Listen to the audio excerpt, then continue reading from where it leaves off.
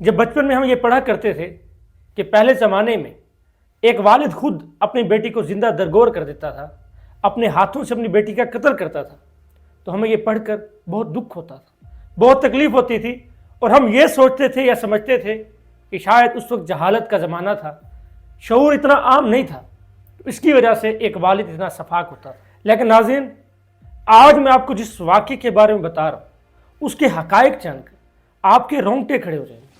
آپ یہ سوچنے پر مجبور ہو جائیں گے کہ بیٹی پر ظلم آج بھی اسی طرح قائم ہے، بیٹی پر ظلم کا وہ جو جہالت کا زمانہ تھا وہ ابھی بھی گیا نہیں ہے۔ تو ناظرین، یہ صوبہ پنجاب کے ایک شہر ہے ڈسکا، اس کے ساتھ ایک نوائی گاؤں ہے، وہاں کا واقعہ ہے۔ زارا قدیر ایک 30 سال کی نوجوان اور خوبصورت لڑکی تھی۔ اس کے والد شبیر احمد گجرانوالہ کے رہائشی ہیں، وہ ایک پولیس آفیسر ہیں، ASI ہیں، جو کہ آج کل لاہور میں جو ہے نا ان کی اپوائنٹمنٹ ہے۔ آج سے تقریباً 4 سال پہلے زارا کی شادی ہوتی ہے جی، اس کی اپنی خالہ کے گھر۔ آپ لوگوں کو پتہ ہے کہ ویسے عام طور پہ ہمارا خالہ کے ساتھ جو ہے نا رشتہ زیادہ گہرا ہوتا ہے، کیونکہ خالہ کو ہم ماسی کہتے ہیں، یعنی ماں جیسی۔ تو ایک خالہ کا اور بھانجے اور بھانجوں کا رشتہ ایسے ہی ہوتا ہے جیسا ہماری ماں کے ساتھ ہوتا ہے، تو بہت محبت ہوتی ہے۔ تو زارا کو بھی اس کی خالہ کے گھر بیایا گیا، بہت محبت اور چاہت سے۔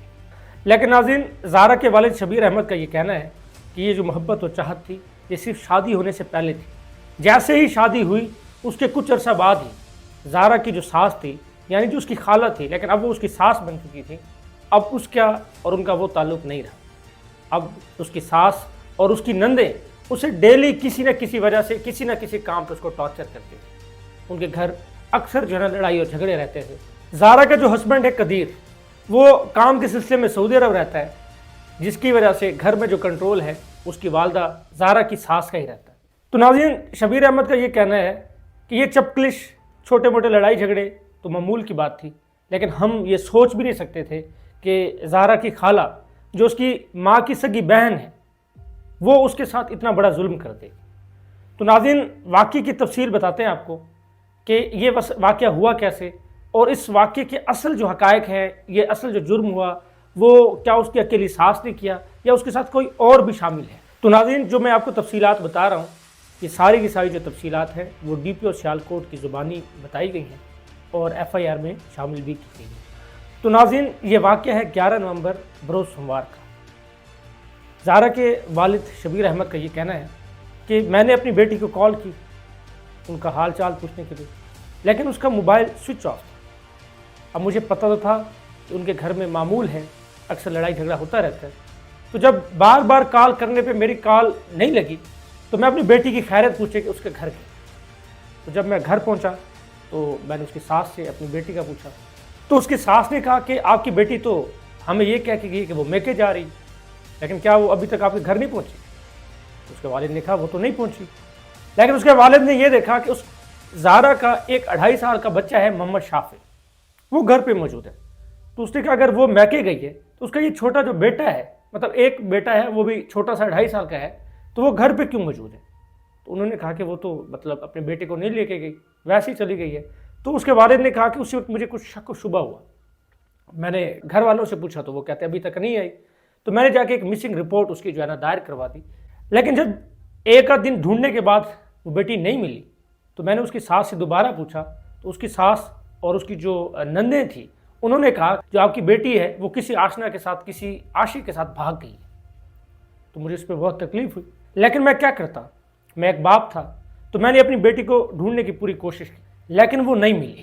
ناظرین، DPO سیالکوٹ عمر فاروق کا یہ کہنا ہے کہ ہمیں ایک کال موصول ہوتی ہے کہ ایک بوری میں بند ایک لاش نہر میں سے ملی۔ تو جب ہم نے اس کی انویسٹیگیشن کی تو ہمیں یہ پتہ چلا کہ یہ لاش اس سے زارا قدیر کی ہے۔ جب ہم نے اس واقعے کی انویسٹیگیشن کی تو ہمیں یہ پتہ چلا کہ زارا کے قتل میں اس کی ساس اور اس کی 2 نندیں شامل ہیں۔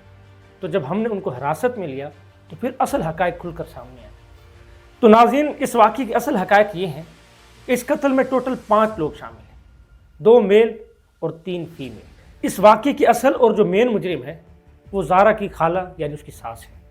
تو ناظرین، جب مجرموں سے انویسٹیگیشن کی گئی تو اس میں 2 میل کریکٹر بھی سامنے آئے۔ ایک کا نام نوید ہے جو کہ زہرا کی ساس کا کزن ہے، اور دوسرا ایک عبداللہ نام کا لڑکا ہے جو کہ زہرا کی نند کا بیٹا ہے۔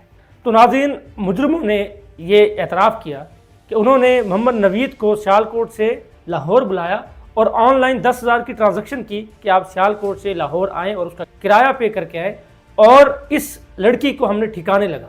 مزید تحقیق سے یہ پتہ چلا کہ نوید نے زہرا کے منہ پر تکیہ رکھا اور اس کی خالہ اور اس کی ساس نے اس کے سینے پر زور دیا اور اس طرح اس کو بے ہوش کیا، اور وہیں پہ ہی اس کی سانس بند کر کے اس کو قتل کیا۔ تو صرف قتل کرنے تک جب ان کا غصہ ٹھنڈا نہیں ہوا، اس کے قتل کے بعد انہوں نے سب سے پہلے اس کی گردن کاٹی۔ جب اس کا سر اس کے دھڑ سے علیحدہ ہو گیا تو پھر انہوں نے اس کے دونوں جو بازو ہیں وہ کاٹے، پھر دونوں ٹانگیں کاٹی، اور اس کے بعد اس کے پورے جسم کے ٹکڑے ٹکڑے کیے اور اس کو 2 بوریوں میں بند کیا، اور دونوں بوریوں کو جا کے نہر میں پھینک دیا۔ اب یہاں پہ ظلم کی انتہا اور دیکھیں کہ انہوں نے اس کا جو کٹا ہوا سر ہے اس کو چولہے پہ جلایا تاکہ اس کا جو چہرہ ہے وہ شناخت کے قابل نہ ہو۔ تو انہوں نے اس کے چہرے کو پوری طرح جلا کے جب وہ شناخت کے قابل نہیں رہا تو انہوں نے اس کو جا کے کسی اور جگہ پہ پھینک دیا۔ تو ناظرین، آپ خود سوچیں یہ کتنا بڑا ظلم ہے۔ کیا ابھی بھی وہ جہالت کا دور قائم نہیں ہے؟ یہ 21ویں صدی ہے، یہاں پہ پڑھے لکھے لوگ ہیں، یہاں پہ لوگوں کو شعور ہے۔ پہلے تو لوگ صرف جہالت کی وجہ سے قتل کرتے تھے، لیکن اب پڑھے لکھے ہونے کے باوجود بھی اتنے ہی جاہل ہیں۔ ناظرین، یہاں پہ تکلیف بات یہ ہے کہ وہ زہرا نامی جو نوجوان لڑکی تھی وہ 7 سال کی حاملہ تھی۔ یہ ایک بندے کا قتل نہیں ہے، یہ ڈول مرڈر ہے، 2 لوگوں کا قتل ہے، اس بچے کا بھی قتل ہے اور ان لوگوں کا بھی قتل ہے جنہوں نے اس بیٹی کو پال پوس کے اتنا بڑا کیا، محبت سے، پیار سے اور چاہت سے اس کا رشتہ کیا اور اس کے اچھے مستقبل کے خواب دیکھے، اور آج ان کو ان کی بیٹی ٹکڑے ٹکڑے ہو کر بوری میں ملی اور وہ بوری نہر سے ملی۔ ناظرین، بالکل اسی طرح کا واقعہ کچھ عرصے پہلے ہوا سمنا آباد لاہور میں کہ وہاں پہ ایک 43 سال کی ارم نام کی لڑکی کو اس کے سسر نے قتل کر دیا۔ کیوں؟ کیونکہ اس کی اولاد نہیں تھی۔